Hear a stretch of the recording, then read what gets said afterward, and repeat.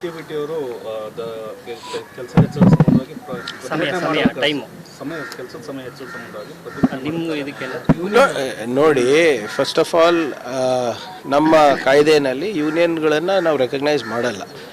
ಆದರೆ ಕೆಲವು ಜನ ಸೇರಿ ಒಂದು ಯೂನಿಯನ್ ಮಾಡಿದರೆ ಏನೇ ಇರಲಿ, ವಿ ರೆಸ್ಪೆಕ್ಟ್ ದಟ್. ಆಮೇಲೆ ಅವ್ರದ್ದು ಏನು ಅಭಿಪ್ರಾಯಗಳಿದೆ ಅದು ನಾನು ಕೂಡ ಗಣನೆಗೆ ತೊಗೊಂಡು ಮಾಡಬೇಕಂತಲೇ ಇದೆ. ಆಮೇಲೆ ಈ ಕಾಯ್ದೆ ಏನಿದೆ ಎಲ್ಲ IT ಇಂಡಸ್ಟ್ರಿಗೂ ಅನ್ವಯಿಸೋದಿಲ್ಲ. ಇದು ಭಾಳ ಸ್ಪೆಷಲೈಸ್ಡ್ ಇಂಡಸ್ಟ್ರಿ. ಅದು ರಿಸರ್ಚ್ ಆ್ಯಂಡ್ ಡೆವಲಪ್ಮೆಂಟ್ ಇರ್ಬೋದು, ಸೆಮಿ ಕಂಡಕ್ಟರು ಮತ್ತು ಚಿಪ್ ಮ್ಯಾನುಫ್ಯಾಕ್ಚರಿಂಗ್ ಇರ್ಬೋದು. ಅಂಥ ಇಂಡಸ್ಟ್ರೀಸಿಗೆ ಮಾತ್ರ ಅವರು ಬೇಡಿಕೆ ಮೇರೆಗೆ ನಾವು ಲೇಬರ್ ಡಿಪಾರ್ಟ್ಮೆಂಟಿಗೆ ಫಾರ್ವರ್ಡ್ ಮಾಡಿರೋದು ಅಷ್ಟೇ. ಆಮೇಲೆ ಇದರಲ್ಲಿ ವಿತೌಟ್ ಕನ್ಸಲ್ಟೇಷನ್ ಏನೂ ಆಗಲ್ಲ. ನಿಮ್ಮ ಖಾಸಗಿ ಕಂಪನಿಗಳ ಕನ್ಸಲ್ಟೇಷನ್ ಪರ್ಮಿಷನ್ ತೊಗೋಬೇಕು ಲೇಬರ್ ಡಿಪಾರ್ಟ್ಮೆಂಟಿಂದ. ಅದಾದಮೇಲೆ ನಾನು ಕೆಲಸ ಮಾಡಬೇಕಂದ್ರೆ ನಾನು ಕನ್ಸೆಂಟ್ ಕೊಡಬೇಕು. ನಾನು ಕನ್ಸೆಂಟ್ ಕೊಡಲಾರ್ದೆ ಅದನ್ನು ಮಾಡಲಿಕ್ಕಾಗಲ್ಲ. ಮತ್ತು ಗುಜರಾತು, ತೆಲಂಗಾಣ, ಒಡಿಶಾ, ತಮಿಳ್ನಾಡು ಎಲ್ಲ ಕಡೆನೂ ಇದಾಗಲೇ ಇದೆ. ಸೊ ನಾವೇನು ಹೊಸದಾಗೇನು ತರ್ತಾ ಇಲ್ಲ, ಬಟ್ ನಾವೇನಿದ್ರು ವಿತ್ ಡ್ಯೂ ಕನ್ಸಲ್ಟೇಷನ್ ತರ್ತೀವಿ. ಈಗ ನಮಗೆ ಬಂಡವಾಳನೂ ಬೇಕು, ಉದ್ಯೋಗನ ಸೃಷ್ಟಿ ಮಾಡಬೇಕು ಅಂದರೆ ನೀವು ಒಂದು ಕಡೆ ಚೈನಾ ಜೊತೆ ಕಂಪೀಟ್ ಮಾಡಬೇಕು ಅಂತಲೂ ಹೇಳ್ತೀರಾ, ಇನ್ನೊಂದು ಕಡೆ ನಾವು ಆ ಮಟ್ಟಕ್ಕೆ ನೀತಿ ನಿಯಮಗಳು ತರಬಾರ್ದು ಕೂಡ ಅಂತ ಹೇಳ್ತೀರಾ. ಸೊ ಅದರಿಂದ but what ever it is, ಪ್ರಜಾಪ್ರಭುತ್ವದಲ್ಲಿ ನಾವು ಎಲ್ಲರೂ ಸೇರಿ ಒಂದು ಕನ್ಸೆನ್ಸಸ್ಸಿಗೆ ಬಂದ ಮೇಲೆ ನಾವು ಡಿಸಿಷನ್ ತೊಗೋತೀವಿ ಅಂತ ಕಾರ್ಮಿಕ ಸಚಿವರು ಹೇಳಿದ್ದಾರೆ. ನಾನು ಅದೇ ಸ್ಟ್ಯಾಂಡ್ನಲ್ಲಿದ್ದೀನಿ, ಮತ್ತು MB ಪಾಟೀಲ್ ಅವರು ಅದೇ ಸ್ಟ್ಯಾಂಡ್ನಲ್ಲಿದ್ದಾರೆ. ಮಂತ್ರಿ ಸ್ಥಾನದಲ್ಲಿ ನ್ಯಾಯ ಸಿಕ್ಕಿದೆಯಾ ಇಲ್ಲಿ ಕರ್ನಾಟಕದಲ್ಲಿ? ಯಾವ್ಯಾವ ಸಮುದಾಯಗಳಿಗೆ ಸಿಕ್ಕಿದೆ, ಏನೇನು ಆಗ್ತಾ ಇದೆ ಅಂತ ಜನರಿಗೆ ಗೊತ್ತಿದೆ. ಅದೆಲ್ಲ ಅಸಮಾಧಾನ BJPನಲ್ಲಿ ಕುದೀತಾ ಇದೆ. ಇವತ್ತಿಲ್ಲ ನಾಳೆ ಅದು ಸ್ಫೋಟ ಆಗೇ ಆಗುತ್ತೆ. JDS ವಿರುದ್ಧ ಇರ್ಬೋದು ಅಥವಾ BJPಯವರ ಹೈಕಮಾಂಡ್ ವಿರುದ್ಧ ಇರ್ಬೋದು. ಸರ್, ಹಾಗೆ ಡೆಲ್ಲಿಯಲ್ಲಿ CM DCM ಕೂಡ ಇದ್ದಾರೆ. ಸಭೆ ಆಗಿದೆ ಸರ್, ಸಾಕಷ್ಟು ವಿಚಾರಗಳು ಚರ್ಚೆ ಆಗಿದೆ. ಹಗರಣಗಳನ್ನು ಸರಿಯಾಗಿ ನಿರ್ವಹಣೆ ಮಾಡಿಲ್ಲ. ಇಲ್ಲ ಅದಲ್ಲ ನೋಡಿ, ಈಗ ಮುಂಚೆ ಥರ ಅಲ್ಲ ಇವರೇ. ನಮ್ಮ ಮನೇಲೆ ಮೀಟಿಂಗ್ ನಡೀತದಲ್ಲ, ನಮಗೂ ಗೊತ್ತಾಗ್ತದಲ್ಲ ಏನು ನಡೀತಾ ಇದೆ ಅಂತ. ಮುಂಚೆ ಥರ ಇಲ್ಲ ನೋಡಿ.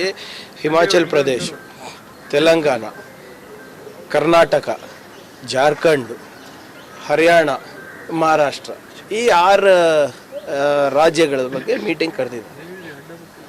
ಒಂದೊಂದು ಸ್ಟೇಟಲ್ಲಿ ಎಲ್ಲಿ ನಾವು ಅಧಿಕಾರದಲ್ಲಿದ್ದೇವೆ ಅಲ್ಲಿ ಏನು ನಡೀತಾ ಇದೆ, ಹೇಗೆ ನಡೀತಾ ಇದೆ, ಗ್ಯಾರಂಟಿಗಳು ಹೇಗೆ ಉಪಯುಕ್ತ ಆಗ್ತಾ ಇದೆ, ಮತ್ತು ಬೇರೆದು ಏನಾದರೂ ಮಾಡ್ಬೋದಾ ಅಂದ್ಬಿಟ್ಟು ಅದು ಒಂದು ಚರ್ಚೆ ನಡೆದಿದೆ.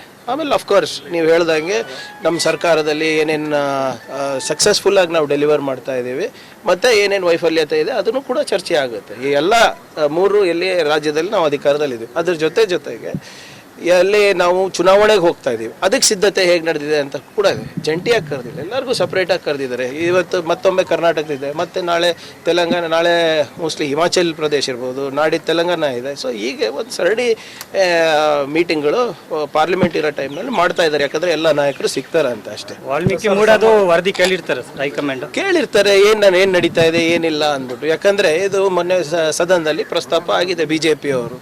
ಸೊ ಒಂದು ಭಾಳ ಏನು ತಪ್ಪು ಮಾಹಿತಿಯನ್ನು ಬೆಂಗಳೂರಿನ ಒಬ್ಬರು ಸಂಸದರು ಪಾರ್ಲಿಮೆಂಟಿಗೆ ನೀಡಿದ್ದಾರೆ. ಸೊ ಅದ್ರ ಬಗ್ಗೆನೂ ಚರ್ಚೆ ಆಗೇ ಆಗುತ್ತೆ, ಏನಿದು ಹೇಗಿದೆ ಅಂತ. ಯಾಕಂದರೆ ಗವರ್ನರ್ ನಿಮ್ಗೆ ಗೊತ್ತಿರೋ ಹಾಗೆ ಗವರ್ನರ್ ಅವರು ರಿಪೋರ್ಟ್ ಕೇಳಿದ್ದಾರೆ. ಏನಪ್ಪ ಅಂತ ಕೇಳಿದ್ರಲ್ಲಿ ತಪ್ಪೇನಿದೆ, ಆದರೆ ಇದರಿಂದನೇ ಎಲ್ಲನೂ ಆಗುತ್ತೆ ಅಂತ ಅದು ಸುಳ್ಳು ಸುದ್ದಿ. ಸರ್, ಹಾಗೆ ಏನಂತಂದ್ರೆ ಕರ್ನಾಟಕ ಆಗುತ್ತೆ ಸರ್ ಅಂತ ನೋಡಿ, ಅಂಥದ್ದು ಯಾವುದೇ ಸುದ್ದಿ ಇಲ್ಲ.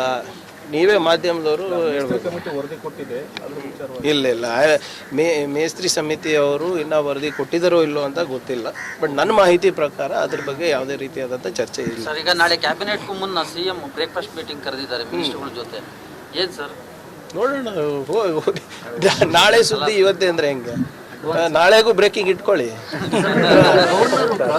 ಸರ್, ಹಾಗೆ ಕರ್ನಾಟಕದಲ್ಲಿ ಲೋಕಸಭೆ ಪರ್ಫಾರ್ಮೆನ್ಸ್ ಬಗ್ಗೆ ಹೈಕಮಾಂಡ್ ಕರ್ನಾಟಕದಲ್ಲಿ ಲೋಕಸಭೆ ಪರ್ಫಾರ್ಮೆನ್ಸ್ ಅಂದರೆ 20ಕ್ಕೂ ಹೆಚ್ಚು ಸೀಟ್ ಬರುತ್ತೆ ಅಂತ ನಿರೀಕ್ಷೆ ಇಟ್ಕೊಂಡಿದ್ವಿ. ಕರ್ನಾಟಕದಲ್ಲಿ ಬಂದಿರೋದು 9 ಕೇವಲ. ನೋಡಿ ಯಾಕೆ ಏನು ಅಂತ ಕೇಳಿದ್ದಾರೆ. ಬೇಕಾದ್ರೆ ಹಿಂದೆ ನಿಮ್ಮ ಆರ್ಕೈವ್ಸ್ ತೆಗೆದು ನೋಡಿ. ನಾವು ಯಾವಾಗಲೂ ಕೂಡ 15ರಿಂದ 18 ಬರಬೇಕು ಅಂತ ನಮ್ಮ ನಿರೀಕ್ಷೆ ಇತ್ತು. ಚುನಾವಣೆ ಆದ್ಮೇಲೆ ಕೂಡ ನಾವು ಹೇಳಿದ್ದೀವಿ ಒಂದು 5 ಸೀಟ್ ಕಮ್ಮಿ ಬಂದಿದೆ ಅಂತ. ಅದಕ್ಕೋಸ್ಕರ ಎಲ್ಲಾನು ಮಿಸ್ತ್ರಿ ಸಮಿತಿಯವ್ರು ಬಂದು ಎಲ್ಲಾನು ಚರ್ಚೆ ಏನೇನು ಅಭಿಪ್ರಾಯಗಳಿದೆ ಅವೆಲ್ಲನೂ ತೊಗೊಂಡು ಹೋಗಿದ್ದಾರೆ. ನಾವು ಏನು ತಿದ್ಕೋಬೇಕು ನಮ್ಮದು ಅದನ್ನು ನಾವು ಮಾಡ್ತಾ ಇದ್ದೀವಲ್ಲ. ನಾವು ಅಬ್ಕಿ ಬಾರ್ 400 ಪಾರ್ ಅಂದಿದ್ವಾ, 15ರಿಂದ 18 ಬರುತ್ತೆ ಅಂತ ಒಂದು 5-6 ಸೀಟ್ ಕಮ್ಮಿ ಬಂದಿದೆ, ಒಪ್ಕೊಂಡಿದ್ದೀವಿ.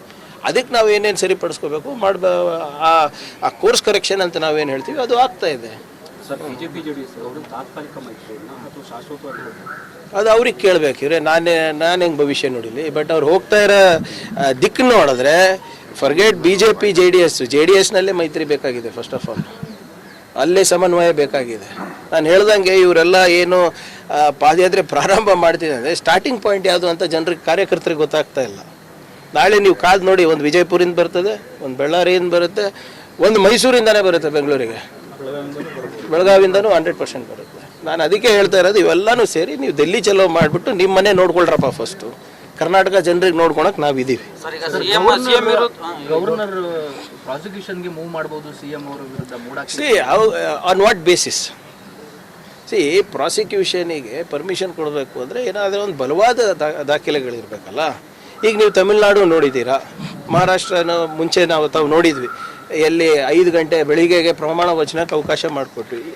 ಮತ್ತು ವೆಸ್ಟ್ ಬೆಂಗಾಲ್ ಗವರ್ನರು, ಈಗ ಕೆಲವು ಕಡೆ ಗವರ್ನರ್ ಏನು ಸಂವಿಧಾನಿಕ ಪೊಸಿಷನ್ ಏನಿದೆ ಅದು ಮಿಸ್ಯೂಸ್ ಮಾಡ್ತಾ ಇದ್ದಾರೆ, ಇಲ್ಲ ಅಂತಿಲ್ಲ. ಇದ್ರ ಬಗ್ಗೆ ಸುಪ್ರೀಂ ಕೋರ್ಟ್ ಕೂಡ ವ್ಯಾಖ್ಯಾನ ಮಾಡಿದೆ. ಮತ್ತು ಸಾಕಷ್ಟು ಆರ್ಟಿಕಲ್ಸ್ ಕೂಡ ಬಂದಿವೆ, ಯಾವ ರೀತಿ ಗವರ್ನರ್ಸು ಅವರ ಪವರನ್ನು ಮೀರಿ ಚುನಾಯಿತ ಸರ್ಕಾರಗಳಲ್ಲಿ ಹಸ್ತಕ್ಷೇಪ ಮಾಡ್ತಾ ಇರೋದು. ಸೊ ಇಲ್ಲೂ ಎಲ್ಲೋ ಒಂದು ಕಡೆ ನಡೀತಾ ಇದ್ದಂಗೆ ಕಾಣ್ತಾ ಇದೆ. ನಾವು ಹೇಳ್ದಂಗೆ IT EDನಲ್ಲೂ ಕೂಡ ಇವ್ರು ಬಳಕೆ ಮಾಡ್ತಾ ಇದ್ದಾರೆ, ಸರ್ಕಾರ ಹೌದು ರಾಜಕಾರಣ ಬಳಸ್ಕೊಂತ ಇಲ್ವಾ? On what basis? ಇದ್ರ ಬಗ್ಗೆ ಕ್ಯಾಬಿನೆಟ್ ಅಲ್ಲಿ ಏನಾದ್ರು ನಿರ್ಣಯ ಮಾಡ್ತೀರಾ ಸರ್? ನೋಡೋಣ ಸರ್, ನಾಳೆ ಕ್ಯಾಬಿನೆಟ್ ಆಗಲಿ. ನಾನು ಹೇಳ್ದಂಗೆ ಕೆಲವು ಬ್ರೇಕಿಂಗ್ ನ್ಯೂಸ್ ವೇಟ್ ಮಾಡಬೇಕಾಗ್ತದೆ. ಯಡಿಯೂರಪ್ಪ ವಿರುದ್ಧ ಸರ್, ನೋಡಿ ಹಾಗಲ್ಲ, ನೋಡಿ ಹಿಂದೆ ಯಾವತ್ತೂ ಕೂಡ ಗವರ್ನರ್ ಅವರು ಇಂಥ ಹಿಂಗೆ ಏನು ಯಾರೋ ಒಂದು ಕಂಪ್ಲೇಂಟ್ ವಿತೌಟ್ ಡಾಕ್ಯುಮೆಂಟ್ಸ್ ಇರಲಿ ಕೊಟ್ಟ ತಕ್ಷಣ ನೀವು ಇದಕ್ಕೆ ನೀವು ಕ್ಲಾರಿಫಿಕೇಶನ್ ಕೊಡಿ ಅಂತ ಕಳಿಸಿರೋದು ಇಲ್ಲ. ಯಾವಾಗಲೂ ಕೂಡ ಬಲವಾದ ಈಗ ಬಳ್ಳಾರಿ ಮೈನಿಂಗ್ ಕೇಸ್ ಇತ್ತು, ಇಲ್ಲ ದಾಖಲೆಗಳಿತ್ತು, ಸರ್ಕಾರದ ದಾಖಲೆಗಳಿತ್ತು, ಅವಾಗ ಗವರ್ನರ್ ಅವರು ಆ್ಯಕ್ಷನ್ ತೊಗೊಂಡಿದ್ರು, ಇಲ್ಲ ಅಂತಿಲ್ಲ. ಬಟ್ ಇಲ್ಲಿ ಏನಿದೆ ಹೇಳಿ, ಆನ್ ವಾಟ್ ಬೇಸಿಸ್? ಆಮೇಲೆ ನನ್ನ ಹಿಂದೆ ಕೂಡ ನಾನು ಹೇಳಿದ್ದೀನಿ, ಇವೆಲ್ಲನೂ ಒಂದು ಸ್ಟ್ಯಾಂಡರ್ಡ್ ಆಪ್ರೇಟಿಂಗ್ ಪ್ರೊಸೀಜರ್ BJP ಅವ್ರದ್ದು. IT ಚೂ ಬಿಡೋದು, ED ಚೂ ಬಿಡೋದು, ಗವರ್ನರ್ಗಳನ್ನು ಮಿಸ್ಯೂಸ್ ಮಾಡ್ಕೊಳೋದು. ಈಗ ಸುಮ್ಮನೆ ಸುಪ್ರೀಂ ಕೋರ್ಟ್ ಅವರು ಇದು ಮಾಡಿದ್ದಾರೆ, ಇವರೇ ನೋಟಿಸ್ ಮಾಡಿದಾರ ಗವರ್ನರ್ಗಳು ಹೆಂಗೆ ಹಸ್ತಕ್ಷೇಪ ಮಾಡ್ತಾ ಇದ್ದಾರೆ ಅಂತ. ಇದನ್ನು ಪ್ರಾರಂಭ, ಇನ್ನು 4 ವರ್ಷ ನಮ್ಮ ಸರ್ಕಾರ ಇದೆ. ಇಂಥ ಹಲವಾರು ಇಂಟರ್ಫಿಯರೆನ್ಸಸ್ ಕೇಂದ್ರ ಸರ್ಕಾರದಿಂದ ಆಗೋದು ನಿಶ್ಚಿತ. ಎಲ್ಲ ಬೆಳವಣಿಗೆಗಳು ನಾಯಕತ್ವ ಬದಲಾವಣೆಗೆ ನಾಂದಿ ಆಡ್ತಾವ ಅಂತ ಇಲ್ಲ. ಯಾಕೆ BJP ಅವ್ರಿಗೆ ಮಾಡಿದ್ರೆ ನಮ್ಮ ನಾಯಕತ್ವ ಹೆಂಗ್ ಬದಲಾವಣೆ ಆಗುತ್ತೆ? ಹೌದು, ಈಗ ಕಾಂಗ್ರೆಸ್ ವಿರುದ್ಧ ಷಡ್ಯಂತ್ರ. ಕಾಂಗ್ರೆಸ್ನಲ್ಲಿ ನಾಯಕರು ಯಾರು? CM DCM.